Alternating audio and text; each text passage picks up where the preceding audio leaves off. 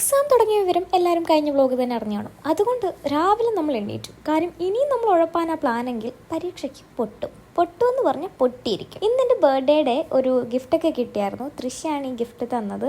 എനിക്കിഷ്ടപ്പെട്ട കുറേ സാധനങ്ങൾ നിറച്ചിട്ടുള്ള ഒരു പെട്ടി. എനിക്ക് ഒരുപാട് ഇഷ്ടമായി. അങ്ങനെ എന്നും ഹൃദയത്തിൽ സൂക്ഷിക്കാൻ പറ്റുന്ന ഒരു കൂട്ടം സാധനങ്ങൾ. പിന്നെ അപ്പുക്കുട്ടൻ്റെ വക വളരെ പ്രതീക്ഷിക്കാതെ അപ്രതീക്ഷിതമായി കിട്ടിയൊരു ബാഗും. അതെനിക്ക് ഒരുപാട് ഇഷ്ടമായി. പെട്ടി പൊട്ടിച്ചുകൊണ്ടിരുന്നാൽ നമ്മൾ പൊട്ടും. അതുകൊണ്ട് നമുക്ക് പഠിക്കാം. എന്തോ പറയാതെ വയ ഈ വട്ടത്തെ ടൈം ടേബിൾ ഉണ്ടല്ലോ, അങ്ങ് പൊട്ടണേ ദൈവമേ ഈ പിള്ളേരെല്ലാം എന്നുള്ള രീതിക്ക് ഇട്ട ടൈം ടേബിൾ പോലെ എനിക്ക് ഫീൽ ചെയ്തത്.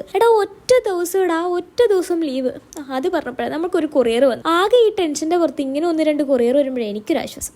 അപ്പം ഞാൻ പറഞ്ഞു വന്നത്, ടൈം ടേബിൾ ഒറ്റ ദിവസത്തെ ഗ്യാപ്പിൽ ലോ സബ്ജക്റ്റുകൾ വന്നാലത്തെ അവസ്ഥ ഒന്ന് ആലോചിച്ച് നോക്കി.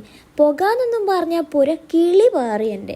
അതിൻ്റെ കൂടെ ഉണ്ടല്ലോ എൻ്റെ ഉറക്കം, എൻ്റെ കണ്ണുകൾ നിങ്ങൾ കണ്ടോ? എനിക്ക് ഉറക്കം നിന്നിട്ട് ഭയങ്കരമായിട്ട് വിയർത്ത് എൻ്റെ കണ്ണൊക്കെ. ഇത് പഠിക്കാണ്ട് പറ്റില്ല എന്ന് നമുക്ക് അറിയാവുന്നതുകൊണ്ട് തന്നെ നമ്മൾ തലങ്ങും വിലങ്ങും ഇരുന്ന് പഠിത്തമായിരുന്നു ഇന്നലെ.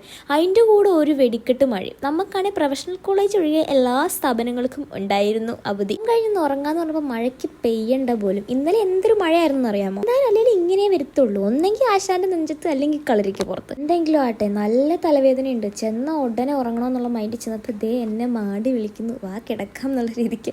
പിന്നെ ഒന്നും നോക്കിയില്ല, ശുഭം ഉറങ്ങി ഞാൻ. ചാനലിൽ ബെഡ് മേക്ക് ഓവർ വീഡിയോ ഇട്ടിട്ടുണ്ട്. എല്ലാവരും ഒന്ന് ചെക്ക് ചെയ്ത് നോക്കുക. അപ്പോൾ ടാറ്റ, സബ്സ്ക്രൈബ് ചെയ്തേക്കുക.